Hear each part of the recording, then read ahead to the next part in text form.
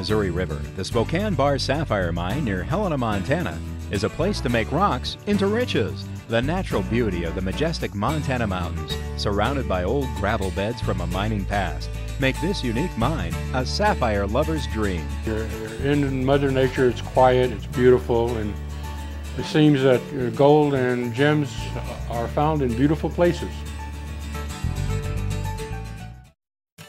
Located just 10 miles east of Helena, Montana, Spokane Bar Sapphire Mine overlooks Hauser Lake. Separated by one of several dams built along the Missouri River, Hauser Lake was named after Samuel Hauser, Montana's second territorial governor. Piles of boulders and heaped bentonite clay are visual reminders of gold mining activity in the late 1800s. The first sapphires found here were turned valueless. Little did they know that one good sapphire today can be worth an ounce of gold or more. Little nuggets that are from this mine. This gold is a byproduct, but it's still out there. The Castles family acquired this property in the 1960s. Deb Thompson found her first sapphire. I found the first sapphire when I was a kid in about 5 feet of water. Just by chance, I dove to the bottom, picked up a handful of rocks, and here's this beautiful blue sapphire. Today, Deb and her family continue to mine those sapphires and are sharing their heritage with other sapphire hunters. There it is, right there. See, it's a hexagon and glassy. Okay, we're going to go on the tour and we're going to talk about a little history of this mine, and we'll do a little geology, and then we'll show you the mining equipment, how we mine today, and then we'll come back here and get your sapphire gravel. We'll show you, you just kind of saw how to do it already, but get you going so you learn how to do it yourself, and we'll be on the lookout for some gold nuggets and some other minerals, fossils, besides sapphires and garnets. So there's all kinds of really valuable minerals.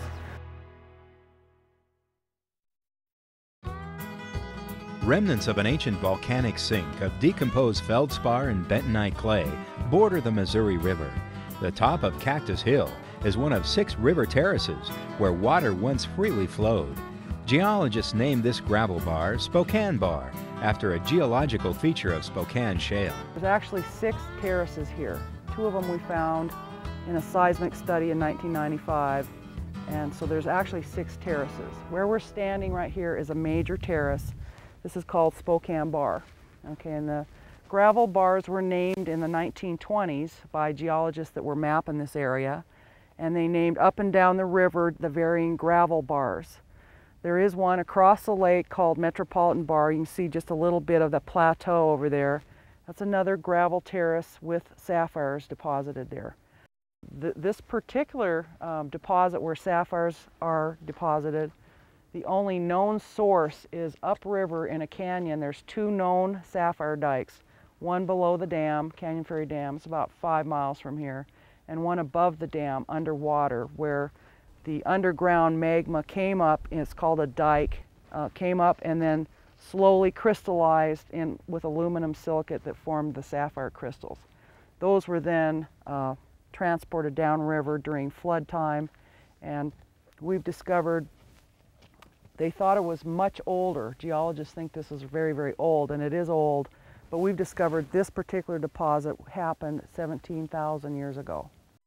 Underground magma surfaced in ancient volcanic dikes and slowly cooled, containing crystallized aluminum silicate, better known as sapphires.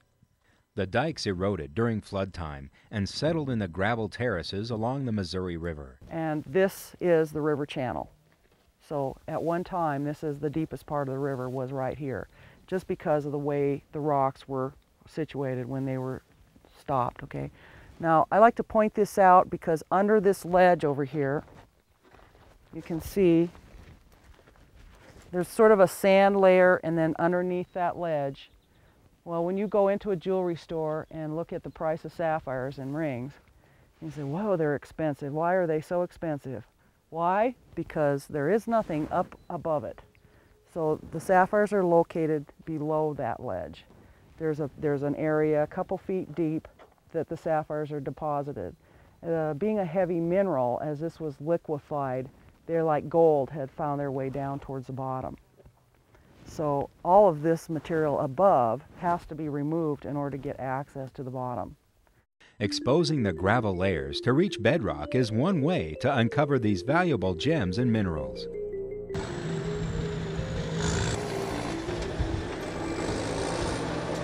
Okay, this is a sharp bedrock shale.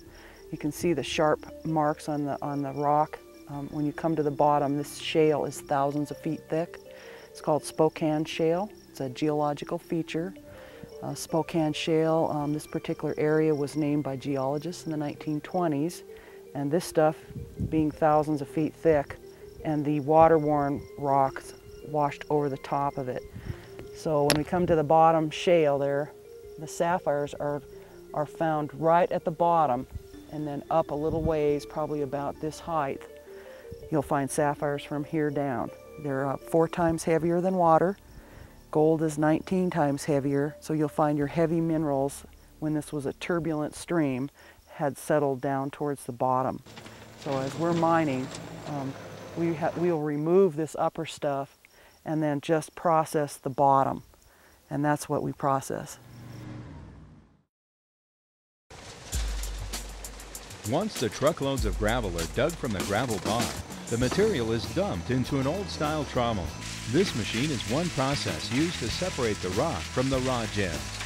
The gravel is fed through a grate at the top of the trommel, known as the grizzly. Here the sapphire gravel drops down a chute into another machine called a jig. The sapphire gravel will go down into that blue machine down below. That is called a jig. And what it does, it separates the gravel. It bounces up and down and separates it by specific gravity. Water is pumped out of the lake and forced through a spray bar on the inside of the barrel to wash the gravel. The jig bounces the gravel up and down as it crosses over the machine, separating the gravel from the minerals. All the big rocks and a lot of the sand has already been taken out, so it's easier for the machine to run it through at a faster rate. Goes into a drying bin after this. Do this several times a day. So when we're all done, that material is what we sell. When you go back to the office and get your sapphire gravel, that's where it came from. It takes about 10 to 20 dump truck loads of gravel to get an ounce of gold, and an ounce is about a level teaspoonful. Gold is a byproduct from the sapphire-bearing gravel. Glass-like sapphire crystals are found in nearly every shape and color at the Spokane Bar Sapphire Mine. You can see the little 6-sided crystal with the triangular termination. If you look through the stone, you'll find an upside-down triangle that forms the Star of David.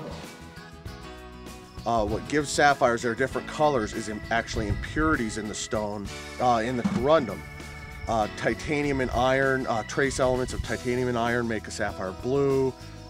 Chromium makes them red.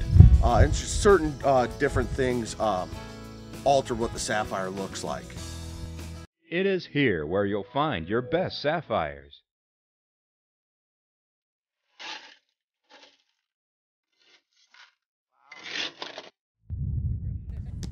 After the gravel has been sifted, the final product is taken over to be packed in 40 to 50 pound bags. The amount of gravel is the same, but the weight can be variable due to the heavier minerals. These bags are referred to as monster mines. These big bags are then marked from their corresponding mines, either El Dorado Bar or Spokane Bar, and placed in the store for purchase. As you can see, it takes a lot of men to haul these heavy concentrates. The mine offers several choices of sapphire gravel. The Spokane Bar is where the main office is located. Our other mine site, El Dorado Bar, has a rich sapphire history where material is mined and transported and sold at the rock shop. You can pick a bag labeled G for guaranteed finds, or you can choose one marked E from the El Dorado Bar Mine, or S for the Spokane Bar Mine. Sample bags, hobby boxes, or gem kits are available for beginners. The larger monster mines are great for a family or all-day event. A dig option is offered as a package for those interested in learning the art of prospecting. Tools that you may want to bring with you to help you in your search might include tweezers, screwdrivers for crevicing, gloves or other digging tools to help you dig or sort through the gravel. It is always recommended that you go through your gravel several times, as it's easy to miss these little gems. So you want to go through and you want to pick out everything that you think is a sapphire and throw in your bag. You want to go through real slow, pick out everything that you think is a sapphire. Another little little rounded one right there at the end of my finger. People of all ages enjoy the process of looking for the gems. It was a lot of fun.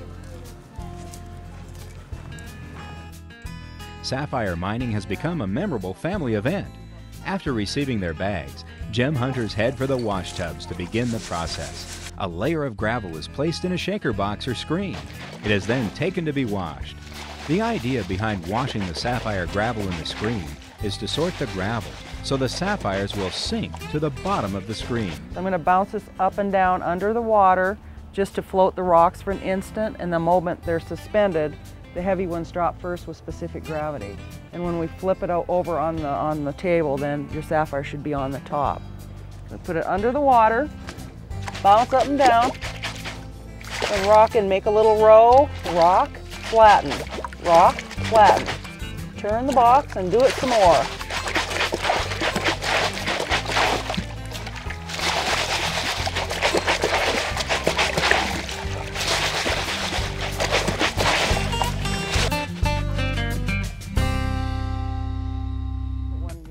After washing the concentrate, the screen is flipped upside down, usually on a table or sponge surface. Because the sapphires are heavy, they will be concentrated in the center, right on top. Heavy minerals such as garnets, occasional gold nuggets, jasper, topaz, hematite, and fossils can also be found.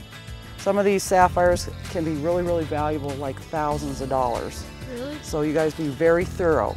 Oh, look at that one. Wow, isn't that a beauty? Some ladies found a 3-carat dark blue sapphire crystals. Absolutely stunning. It is suggested that you wash your concentrate several times, as sapphires or other gems can be missed, especially on cloudy days. Getting the material wet or keeping it moist allows you to better see the shiny glass-like gems. There's different colors, like it looks like glass. Sometimes it is hard to know if a rock is a sapphire or other gem. You grab one and hold up to the light, and if it's like you can't see through it, it's a sapphire. These two are garnets, and the rest of them are pretty much sapphires. If you aren't sure, go ahead and keep it anyway. Professional gem hunters like Deb and Cass can help you figure it out. Samples can be viewed online at www.sapphiremine.com, or you can order rough sapphires and garnets from the website to compare your findings. After you have exhausted your gravel, your minerals can be categorized, weighed, and assessed for approximate value. 2.810. So those are all gems. If you are mining at home, be sure to save any findings you're unsure of and have a gemologist look them over. It is better to be safe than sorry. Deb takes groups on geological field trips around the mine. Tours give a well-rounded history of the site, as well as details on how it operates. Here is where you'll find out about more than just sapphires. Now this particular one looks like concrete, and it is called hard pan, and it's a natural concrete. It's in all the geology textbooks, but most geologists have never seen that. Tours have included both senior citizens and buses of school children. The tour takes about 30 minutes, so you will want to bring some good walking shoes. It is not handicapped accessible. However, the walk is worth the time. Group tours can be scheduled most any time in the summer months. You may want to call in advance, as the summers are short in Montana.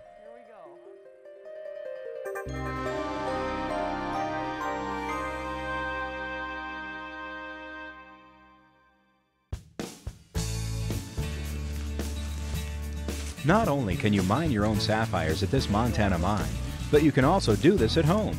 Concentrated sapphire gravel is shipped to customers worldwide. Many people place their orders online at www.sapphiremine.com or by calling 1-877-DIG-GEMS. Orders are filled on a daily basis to keep up with demand. It is one of these shipments that made a man in Connecticut rich overnight. This is a princess cut.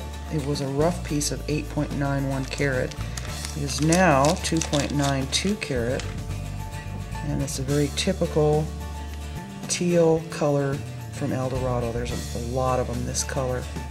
Order gem kits for guaranteed sapphire finds, or select a monster mine for a chance of finding a really big one. Minerals found include sapphires, garnets, jasper, olivine, jade, quartz, and hematite. Shipping costs are included in your final order. If you have questions, you can email us online or call for clarification. Sapphires are graded on a light table in the mine office to check for clarity and to sort out the quartz and other rocks. Sapphires are glassy, with tints of color like pink, green, yellow, or blue. The natural shape of a sapphire is hexagon, with triangle terminations.